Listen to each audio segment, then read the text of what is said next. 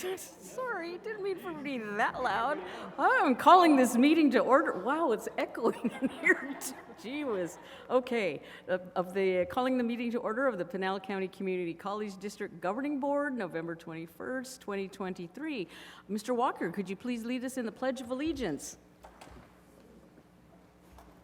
I pledge allegiance to the flag of the United States of America and to the republic for which it stands, one nation under God, indivisible, with liberty and justice for all. Thank you, as we are in your home turf. Thank you for that. All right, item number 3, adoption of the agenda. Do I have a motion to approve the agenda as presented? Move to approve the agenda as presented. Thank you. Okay, moved and seconded to approve the agenda as presented. Any discussion? Hearing none. All those in favor say aye. Aye. All those opposed, motion carries. Thank you. Item 4, call to the public. And just as a reminder for everyone, the board is prohibited by ARS 38-431.02K from discussing, considering, or action on items raised during call to the public. Individuals are limited to a 3-minute presentation, and Mary Lou Hernandez is our timekeeper. We have one person, Jim Bannon. Please come forward. Thank you. Good afternoon. Distinguished members of the Board of Governors of Central Arizona College. When I addressed you last month, despite the fact, 1, that I sent you advance notice via email of the full contents of what I was about to say, and 2, that I provided extensive documentary evidence about the mistreatment I suffered from Dr. Jackie Elliott and Angela Askey, you stated that no action could be taken during that meeting. Well, now a full month has passed, certainly allowing you plenty of opportunity to discuss the 2 proposals I offered for your consideration and to arrive at a decision. Yet I do not see that on the agenda. When do you actually plan to take a public vote? I, the students of CAC, the media gathered here today, and the aggrieved taxpayers of Pinal County would certainly love to hear the results of your deliberation. Some of you may have been perceptive enough to discern that I never actually wanted either uneducator to lose their job, nor did I wish to see the board have to go through the long and painful process of finding replacements for these 2 failed administrators. Heck, all I really wanted was them to develop the skills and demonstrate normal, professional listening skills. That is precisely why I offered and provided the remedial training program. Now, with over a month to do it, these 2 offenders should have demonstrated enough professional curiosity and initiative to have already completed the remedial training, making a vote today totally unnecessary. So hopefully today we have in our presence 2 individuals who will never again be such a tremendous roadblock to educational progress. I do not think that was at all an unreasonable expectation for any professional educator charged with developing the hearts and minds of our future generation of leaders graduating from this fine institution. My God, if students cannot witness leadership in action or see a highly viable yearning for learning here at CAC, where else are they going to obtain the skills necessary to eliminate the divisiveness in America today? How else are we going to lead this great state of Arizona out of the death spiral of failed education that has us competing with Mississippi and Alabama for the very basement of education ranking in America? How else are we going to stop the Asian countries from advancing? And I thank you for your time. Excuse me, thank you. All right, item number 5, consideration of the consent agenda. Is there a motion and a second to approve the consent agenda as presented? So made. Second. All right, Mr. Walker, Mr. Lopez, any discussion? Hearing none, all those in favor say aye. Aye. All those opposed? All right, motion carries. All right, item number 6, the new build Superstition Mountain Campus, as we all have witnessed being present here today. And we have, it says Mark, but I see somebody else standing up who I don't know. All right, Mark's going to start. Thank you. Good afternoon, Madam President, governing board members, Dr. Elliott, Mary Lou, staff and guests. To maintain the proposed construction schedule and meet the substantial completion, the design build proposes to buy out the scope included in your bid package 3. This will be the final bid package for the current program, and the approval for this bid package will be critical from a construction schedule and cost validity standpoint. It is proposed that the Board of Governors approve the guaranteed maximum price bid package 3 in the amount of $23,510,662.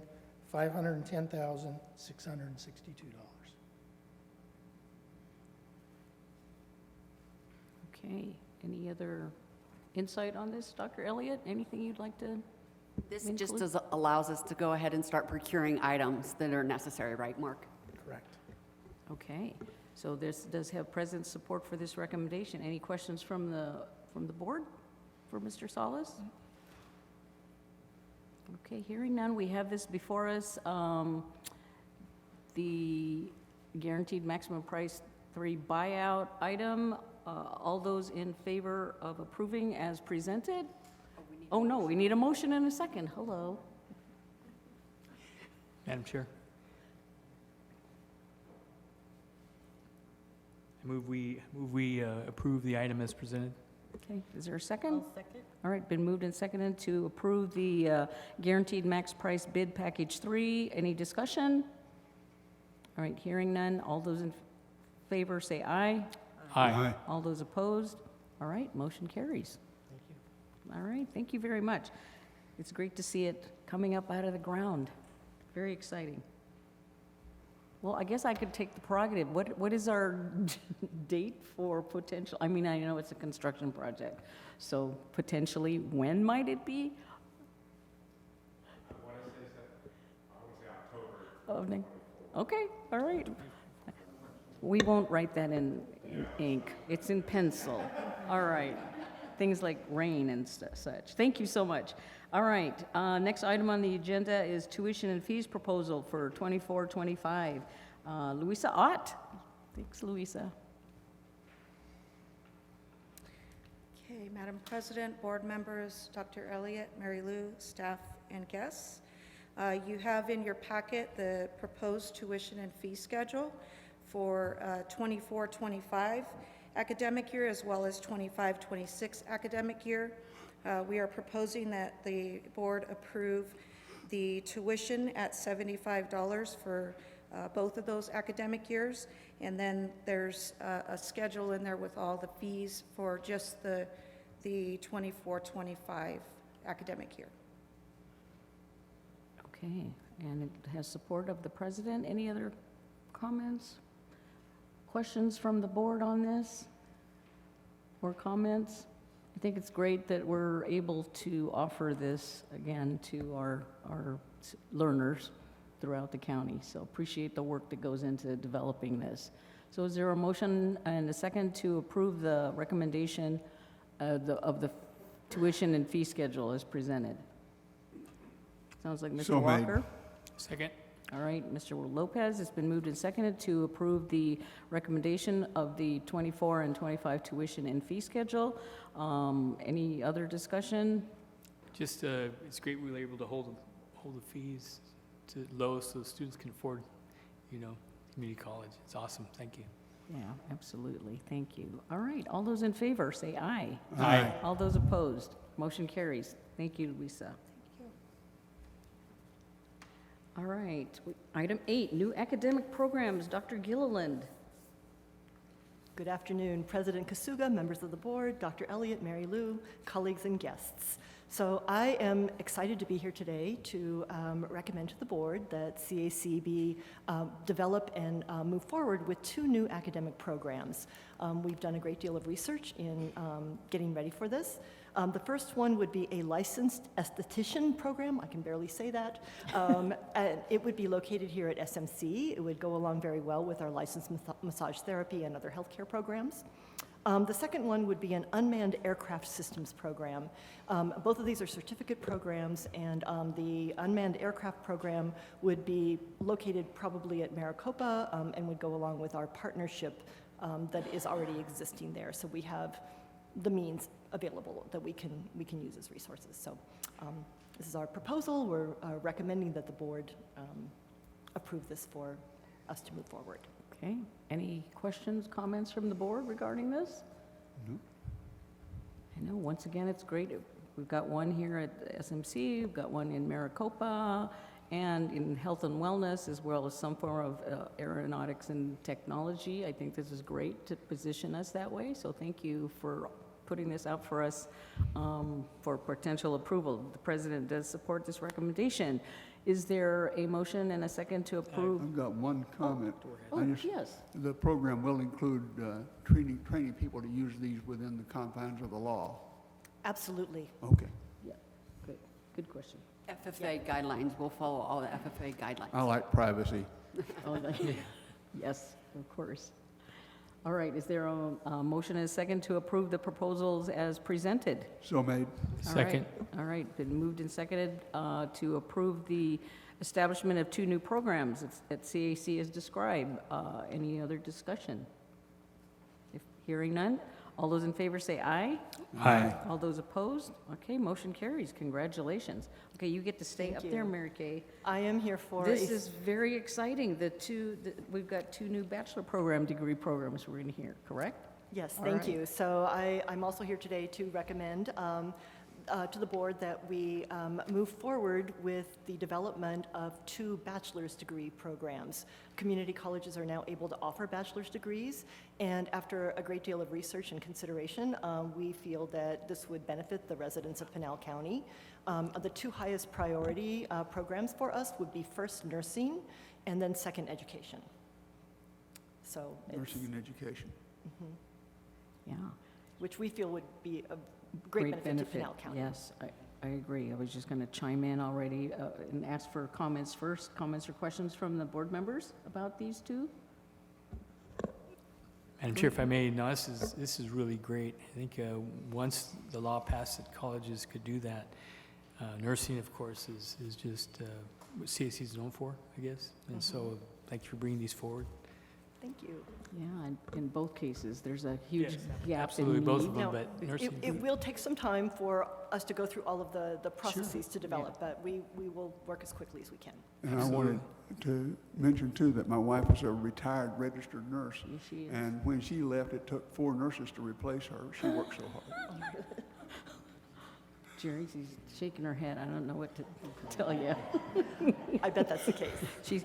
He's probably right. All right, is there a motion and a second to approve accepting the recommendation to establish these 2 new programs at CAC? I move to approve the bachelor's programs. A second. All right, thank you. And it's been moved and seconded to establish these 2 new programs at CAC as described. Any other discussion? All right, hearing none, all those in favor say aye. Aye. All those opposed, motion carries, and yay CAC, we're on that track. Thank All you right. very much. Thank you very much. All right, next item, item 10. Dr. Elliott, report from the college president. Good afternoon, Chair Kasuga, governing board members, guests, faculty, and staff. I have 2 quick really updates because we have some long reports that are coming. But first, as you can see, the buildings on the campus are progressing. There's concrete now being poured. And then just to share with you I think it was last week, I was able to go through the C building. As you recall, that is the building that we're keeping, obviously we're keeping. and remodeling to house classrooms, faculty offices, and VR, virtual reality labs. And it is just coming along gorgeously. Thank you, Architect Don McCarthy, Mark, Domingo, Greg, everybody that's been working on it. It's moving along very, very quickly. And so much needed additions to this campus. So that's going really well. And then on another note, I'm going to give you an update on the Pence Center. Angela, her team, Jenny and her team, and others have been working really hard to relocate the events. We've had great community support to help us find locations to keep many of the community events continuing. We're at the point right now where they're going to start removing the debris that is there. Most of it is right over the seating area. Removing the debris. We are going to close campus over the Christmas break to keep people out from being curious and maybe getting hurt. So I just want to make sure that everyone's aware that once we close for Christmas break, those 2 weeks, you won't be able to get onto campus. Again, it's a safety issue to keep people safe as we're removing the debris. We have had at least one meeting with the trust, our insurance company, and so I don't think I left anything out of importance, but we're just so grateful that there were no events occurring when this catastrophic event happened, but we're going to come back stronger. And I'm happy to answer any questions. All right, any questions of Dr. Elliott? Go ahead, Mr. Walker. What caused the problem? I think we're still waiting on a definitive answer. Yeah. So we don't want to speculate. I will note that we are having all the roofs at Signal Peak on the older buildings checked, just out of caution, but we don't know definitively yet. Okay. I would like to know where the point of weakness was so that we can not repeat that Yes. situation in the future. Certainly, we want to know too. So we'll definitely let you know when we know something more definitive. Yeah, this was a huge impact to our community, and I had season tickets to all those events with pants, so. any Madam other- Chair, Yes. I Mr. think Lopez. also checking all the building roofs and the whole campus is a great idea. It gives the public some assurance that we're looking into it and everybody will be safe. But yeah, this type of things, we had some buildings collapse, including, we went through and checked all the other buildings, so luckily nothing else was found, but somebody had, something weakened and caused what we saw in town. But there's no telling until they're done and the forensics are done and they pinpoint the failure of what happened. Yeah. Could be anything. Okay, thank you. You bet. No, appreciate the update. Thank you. Anything else for Dr. Elliott? Those are two very big items. All right. Item 11, Business Affairs Reports. Oh, sorry, Louisa, you're back.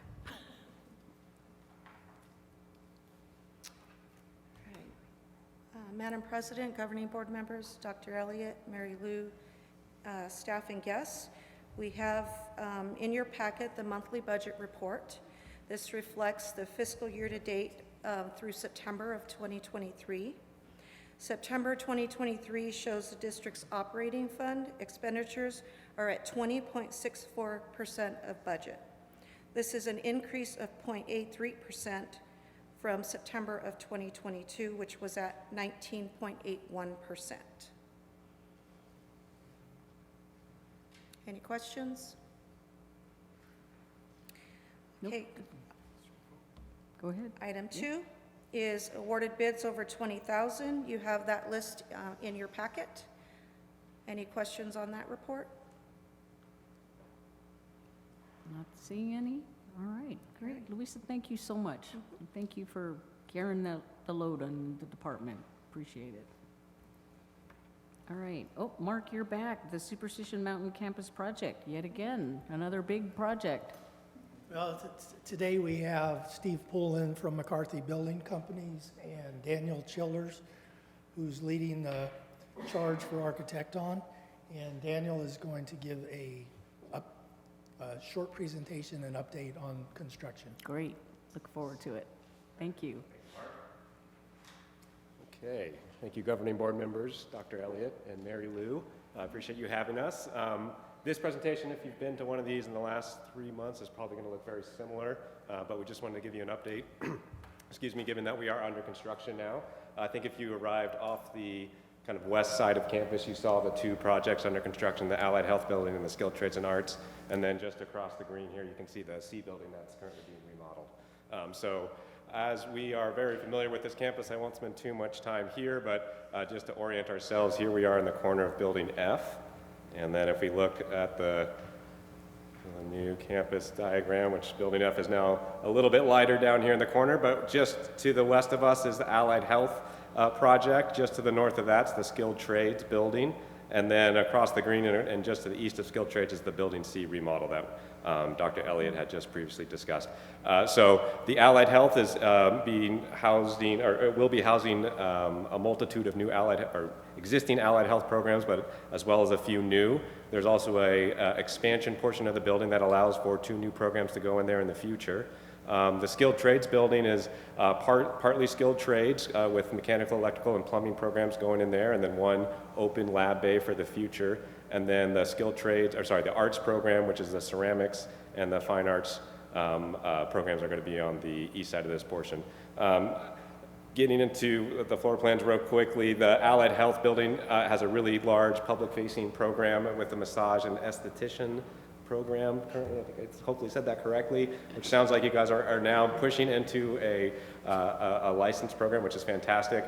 So we've created a kind of public-facing spa feature component of this project, very much like a nice resort spa that you would go to. You'll be walking into a lobby, met with a receptionist, taken to your massage, and then kind of dealt with afterwards with some surveys and whatnot, and similar with the esthetician program. The other building contains less public-facing allied health programs, but still very vital to your college's success with the allied health program. So nursing assistant, pharmacy, phlebotomy, medical assistant, radiology, and sonography, and then the 2 future labs down here on the southern end for future growth. Here's a few renderings. So this would be looking at kind of the main student entry of the building. This opens out to a kind of a central healing courtyard that all the programs surround and really open out to kind of connect back to nature, as we all know how important that is in our health.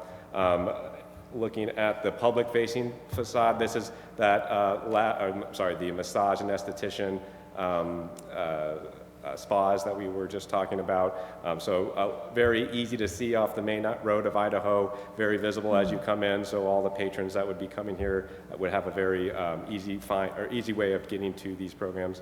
And then again, the courtyard, and I think the projector is blasting this a little bit, but as you can imagine, this would be green and not blue, but just a very lush courtyard, lots of native trees, and then fed by the water that would be collected from the roof to create kind of a really pretty incredible ecosystem. And then another picture kind of looking back towards the other direction. This is it under construction. So as we all saw as we walked in, this is 2 weeks ago, and they're already well past this. So this is right before the concrete got poured here on Allied Health. This is the vapor barrier, the yellow that you're seeing below that. That was poured, I think, middle of the night last week, and now the CMU walls, the kind of the burnt orange and red ember CMU that you'll see is going up currently to kind of play off the reds of the Superstition Mountains and the coppery color of the building F here. Probably further along in those pictures right now, but you can kind of see how that's been progressing and moving along just so efficiently, and it's been great to have a team like McCarthy working with us on this one. The Skilled Trades building, kind of a very simple diagram. As you can see, it's got a large open bay lab space where the mechanical, plumbing, electrical programs will be in a shared kind of working environment. There's 1 open bay on the very west side for a future program to go in. 2 classrooms that provide access, faculty offices, a big exterior enclosed yard enclosed yard that they can take out and use for other program activities. And then the building is split for the reason that currently there's a large underground utility core for the campus that goes right underneath the building, or between the building site.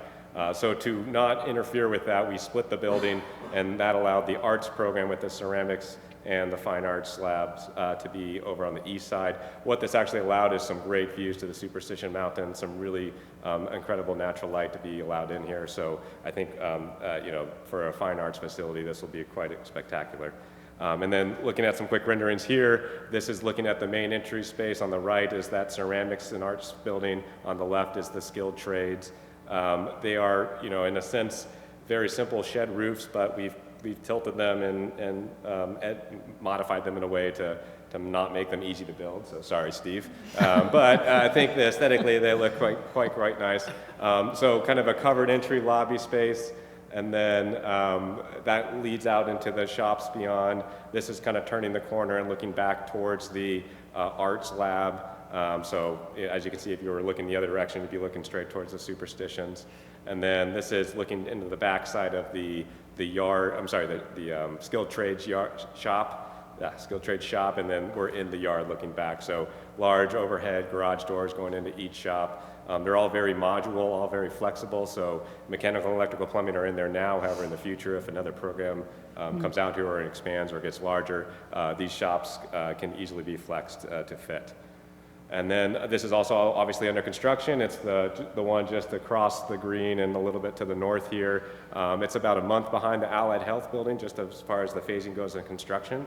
But as we had mentioned earlier, we got the confirmed. It is October 2024 when these are expected to be completed.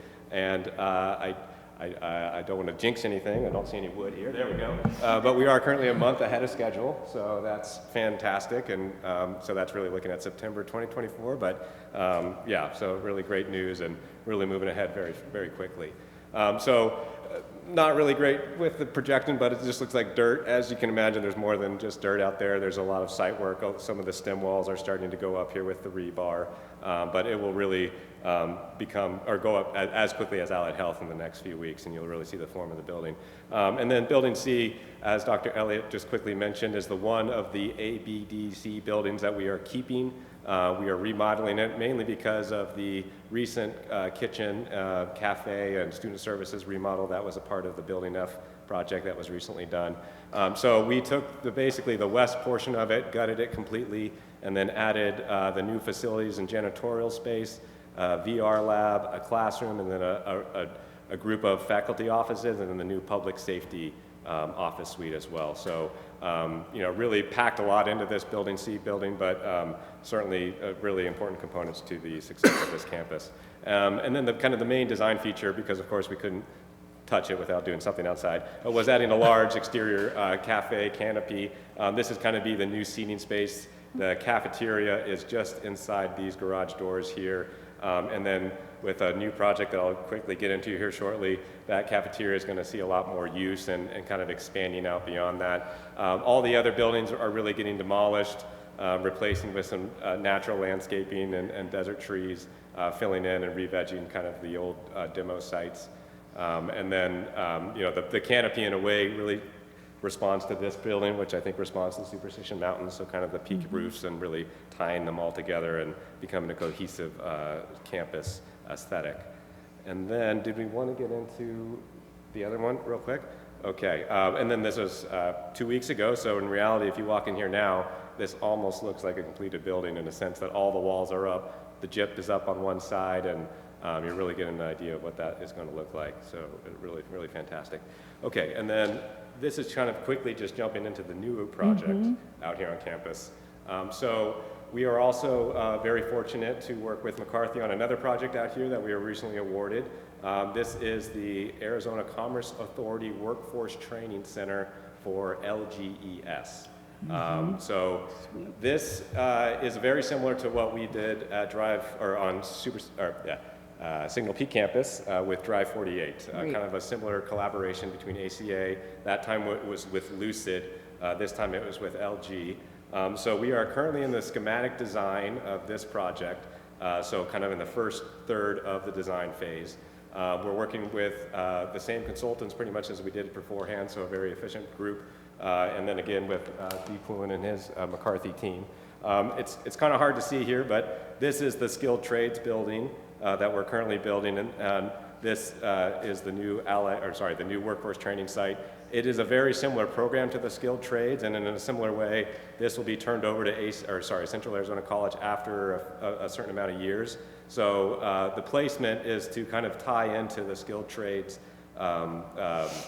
program spaces here, and it has a very similar program with a high bay space that are labs, and then a smaller area of classrooms, simulator rooms, VR rooms, and some office space. We do have a quick floor plan here. I didn't know how much we were going to show, but as you saw in the plan, we have a really high bay space full of labs. Currently, this is all LGES proprietary technology that we can't show, so that's why they look open. But those are all filled with equipment, and then to the right here is just a big grouping of classrooms, VR, simulator rooms, and then a little faculty area, and then the kind of the lobby main space that look towards campus and connect back in. So right now it's really in schematic design. This is kind of a very quick rendering of what it's going to look like, but our intent is to make it really feel a part of the campus. Obviously, with the new buildings going on, we're going to match the same materiality, the same aesthetic, and then it does create another opportunity for CAC to be featured off of Idaho and really draw some attention into the new programs and projects that are being built out here. So I think that does it. Yes, appreciate it. Thank you. Any questions? Wow, any questions? This is so exciting all the way around. One, regarding the landscaping, that's been one of my favorite Yes. topics. Yes. It's the landscaping. I The know, lands- like the creosote bushes all over the place. It looks like a desert out there. It was, wasn't it? Yes, But it it's not was, right. anymore. It's a natural desert. I think that's kind of part of the format out here. We are working with a really fantastic landscape architect team. They are doing pretty much everywhere that you saw a building, that area is going to be revegetated into an improved landscape. Okay, the other question I have is public safety. Yes. It's been brought to my attention that homeless people are sleeping in the culverts around the campus here. Yes. And are we going to have some kind of a barrier to keep them from being able to get in there? We have discussed that, and it has been brought to our attention many times, and I think Gregory and Domingo are very aware of that, and certainly Chief Roberts is here, and or Chief Roberts' group. So yes, we are not planning on putting any barriers. What we are doing are adding a lot of security cameras and a lot of strobe lights around at least our project. So if there were to be intrusions, they would be seen and announced and I guess brought to our attention. My concern though is in the public safety area of it, if someone gets in there and then we have a flash flood and they meet their demise, then the colleges can be held legally liable for that.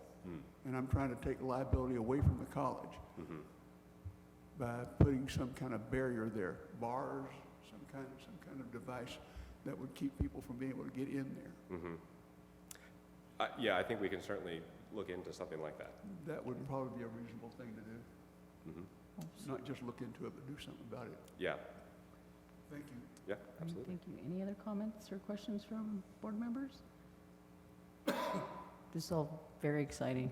Have we shared this yet with the community, or are we, when we get to a little further down the line in terms of? We've had the We had, the groundbreaking yeah, ceremony, which I yeah. think was last month, and the Right. renderings that we shared are very similar like to that, those. So I okay. think they've been Okay. dispersed, but Okay. I don't know how Good they've been enough. shared. And when I'm on government affairs or any of my workforce council you brag about things, this? I do talk about our projects, yeah. Okay, very The good. many I serve on.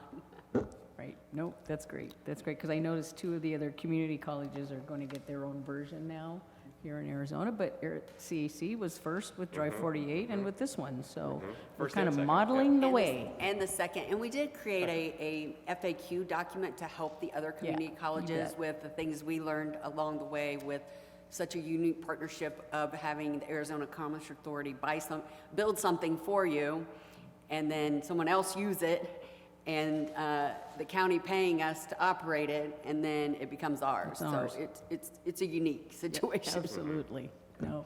Well, we thank all the partnerships that it's taking to put this all together, so thank you for your presentation today. Thank you. All right, great. Oh, sorry, somebody, Gilbert, I'm I sorry. was just going to say, the Arizona Commerce Authority is a great partner in a lot of areas with a lot of the cities. They refer big companies like LG, and they use a code name for them. We did the same thing with Procter & Gamble and Nikola. So they're the premier, I guess, one of the premier economic development engines in the state. So that's how we compete with other states, is through the ACA. Yeah, absolutely. Great job. Thank you. Great. Thank you, Gilbert. And Jerry. Okay, we've got a couple more items here. Item 13, Dustin, Great Colleges to Workforce Survey results. Thank you. Hello, President Kasuga, members of the board, Dr. Elliott, Mary Lou, distinguished guests and faculty. My name is Dustin Maroney. I run the Institutional Effectiveness Office at Central Arizona College, and I was invited by Dr. Elliott to come and share the results of the Great Colleges to Workforce Survey with the members of the board. As you know, it's been about 2 years now that the board formally adopted our wildly important goals, one of which being make CAC a great place to work. And so I want to start by sharing a little bit about how we measure that. So we participate in a survey every year that's called the Great Colleges to Workforce Survey. And it is administered by a company called Modern Think. And they focus pretty much exclusively on this survey and trying to understand workplace culture, especially in higher education. So in 2023, there were 73 community colleges and 121 universities that participated in this survey. It's a national survey, and one of the reasons why we continue to favor this survey over other employee engagement type surveys is because it is focused specifically on higher education. They understand some of the unique factors in higher education that aren't always present in other industries. There are 60 different questions that are grouped into 11 categories, and we administer this every year to all of our full-time faculty, all of our adjunct faculty, and all of our full-time staff. There is no cost to participate, but we do actually pay to get some advanced reporting access, as well as to allow all of our employees to participate in this. So the first thing I look at when I do an analysis of the survey results is our response rate. How many of our employees that we invite are participating? So this year, we are at 39%. That's down a little bit from prior years, our peak being in 2019, 2020, where we had just over half of our employees participate. This compares to the national average in 2023 of about 43% response rate. So just a little bit under the national average, which isn't too bad. Looking at the next steps for me, one of the things I really want to try and understand is why has our response rate gone down? And what can we do, especially as a leadership team, to rebuild confidence and trust so that we can get that response rate up, so we can get more of our employees to provide that input and feedback for us? Now, when we look at the survey results itself, so you'll see that there are the 11 different categories here, from job satisfaction to professional development, communication, collaboration, etc. So the scores for this, all the questions, all 60 questions are asked on a 5-point Likert scale. Do you strongly agree, neutral, disagree, or strongly disagree? And the score represents the percentage of employees that responded of strongly agree or agree to all the different questions in each of those categories. So you'll see down at the very bottom, our overall average this year is 58%. That number has been shared with the board previously. That is what we use as the actual official measurement of our wildly important goal. But there's a lot more that we can unpack from analyzing these survey results. So the question categories that are highlighted in red represent the lowest score that the college has received in the last 5 years. So of the different 11 question categories, you'll notice that 7 of them we've received the lowest score over the last 5 years. And we also have the ability with the survey results to look at how our employees are responding by the different employee groups. So we can look at our full-time faculty, and you'll see that they actually have one question there highlighted in green, supervisor effectiveness. That represents the highest score that those employees have given that category in each of the last 5 years. Our full-time faculty and our adjunct faculty are also the only ones that are asked to evaluate that very last category of faculty experience. And so they're given 5 extra questions just focused on what it's like as a faculty member. Our full-time administrators, so this represents the president, the vice presidents, the deans, the executive directors. It's kind of a small group at the college. We also have our MTSA, so our Managerial and Technical Staff Association. This is all of our directors and managers, supervisors, all those who work in IT, and you can see kind of their overall scores. And then our final group is our support staff. So this would be a lot of our frontline staff, those who work in the front lines, who work in facilities and in public safety and so on. So one of the things that I noticed just from this, there's a lot of numbers, right? And I'm a numbers guy, but the main thing to notice from this is just how much red we're seeing, right? And trying to understand, okay, why has it gone, why are we receiving the lowest scores that we have in each of the last 5 years?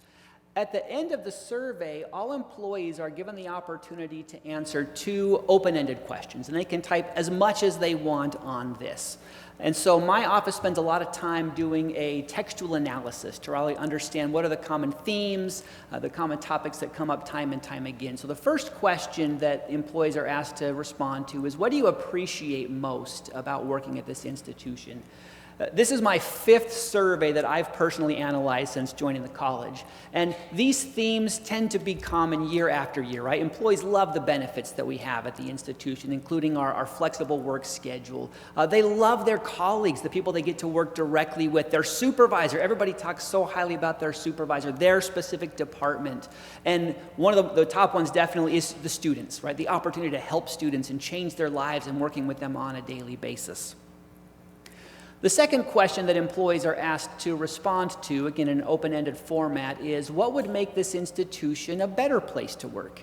And these themes do tend to change a lot more year after year. This year the top theme was compensation. This came out prior to the completion of the compensation study, which the board adopted in a recent board meeting. A lot of comments about senior leadership, about remote work, about professional development opportunities, cooperation, and many of these are concerns that employees have that they bring up. Now, as a member of the senior leadership team, having seen that previously the confidence in senior leadership was one of the questions that had again received one of the lower responses in the last several years, I wanted to break down, okay, what are the common themes that employees talk about when they're expressing frustrations or concerns about senior leadership?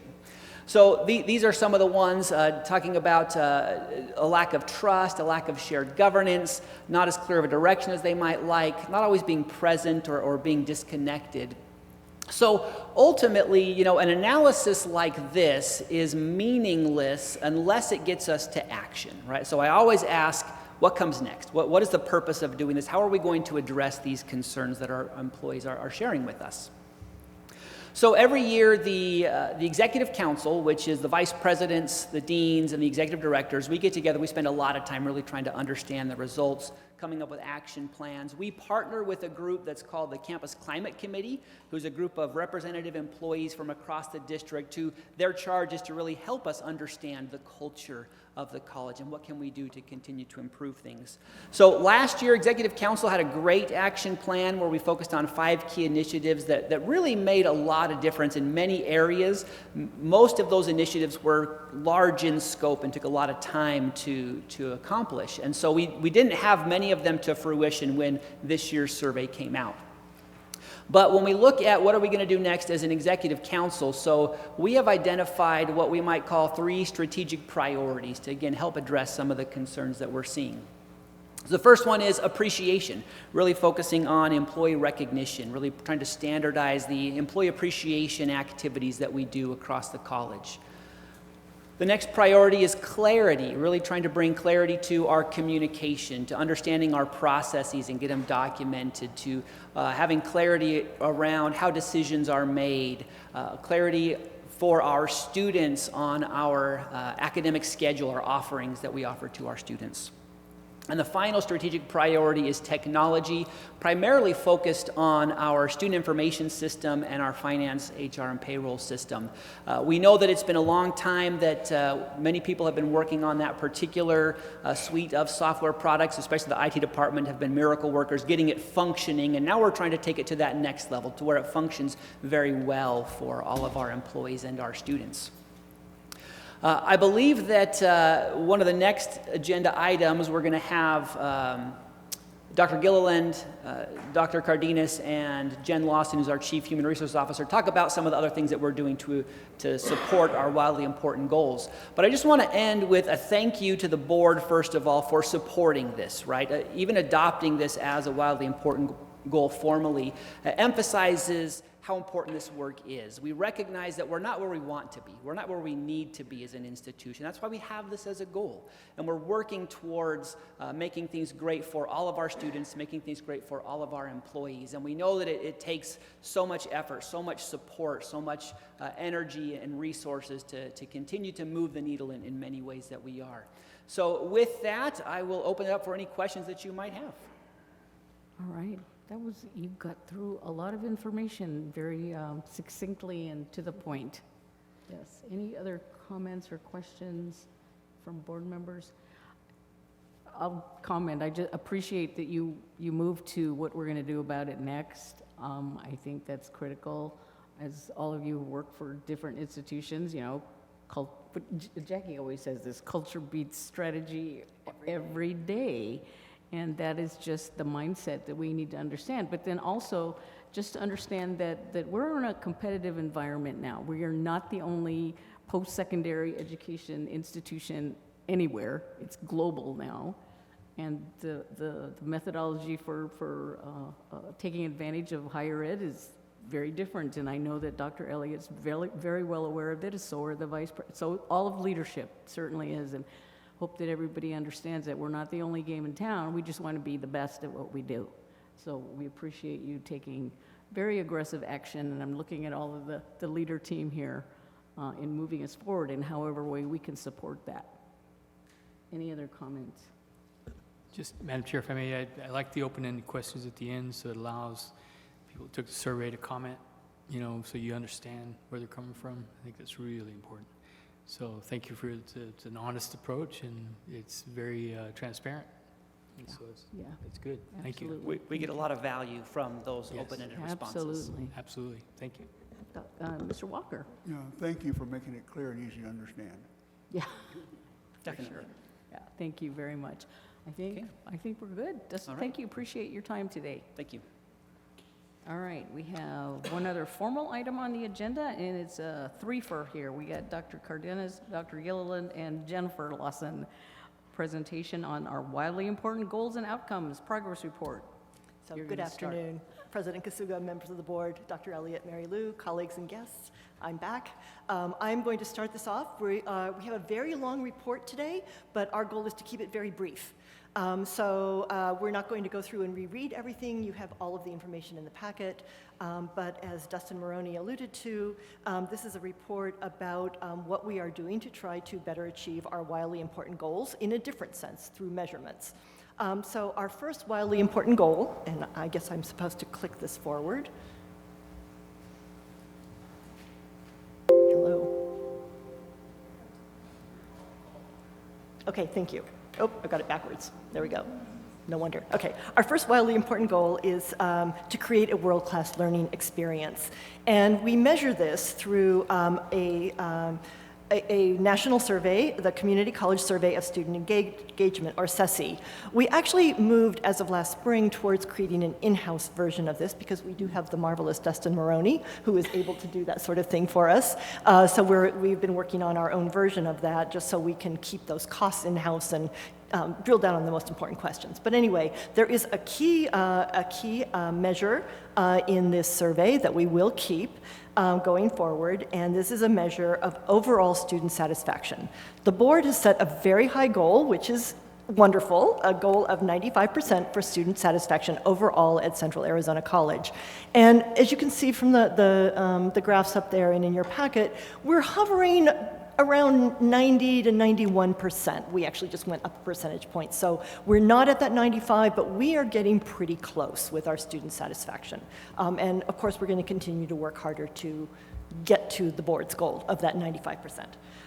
So I'm just going to highlight two things that are in that very long report that come from the academic side. And one of them actually is a collective effort. It's not just academics, but we're working very hard to take a data-driven approach to course scheduling so that we can better meet the needs of students with our course schedule, which, you know, across all of our multiple campuses gets a little bit scattered. So we're really drilling down with the use of a variety of data methods, including a new software course dog that we have, but looking at that schedule and trying to eliminate overlaps and to put together the best schedule possible.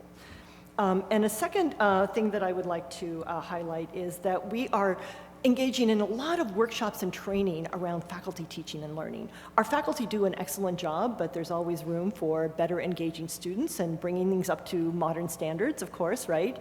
And that varies a little bit by discipline area, but we do have a new Office of Faculty Teaching and Learning, and that is one of the focuses. We have other workshops and programs that we're carrying out, but we're really trying to figure out how we can better meet the needs of students and keep them engaged in the classroom. So I'm going to turn this over to Dr. Cardenas for the rest of this first wig, and then we'll bring Jen Lawson in for the second wig. Thank you. And I'll be standing by for questions. Good afternoon, everyone. So I'm doing the same. You have lots of information in your packet regarding the great work that's happening across student services as a whole. And I will share 2 of our recent improvements and then 2 of the planned improvements that we have for the future. So in general, our marketing and PR department is here to serve all of the different areas of the college, and they are a part of student services but serve the district as a whole, and Angela and her team do a fabulous job with that. The other 2 specific areas in student services, one is student or enrollment services. That's kind of all the transactional parts of the college. And the one area that I'd like to highlight as a recent improvement is our academic advisors. 15 of our advisors in the last 11 weeks have held over 1,900 student appointments, sent over 24,000 text messages, and over 4,000 emails to current students to help support retention at the college and preparing for the spring semester and all of that. And they've done just a fabulous job in proactively working with our students. The other recent improvement is the creation of 3 different groups that support the equity work that we have outlined as board outcomes. And that is in developing the Black Scholar Development Program, supporting Indigenous sovereignty at CAC, and our Hispanic Heritage Group. So lots more to come in the future of things that they're doing, but that has been a great way for student development to help in focusing our equity work.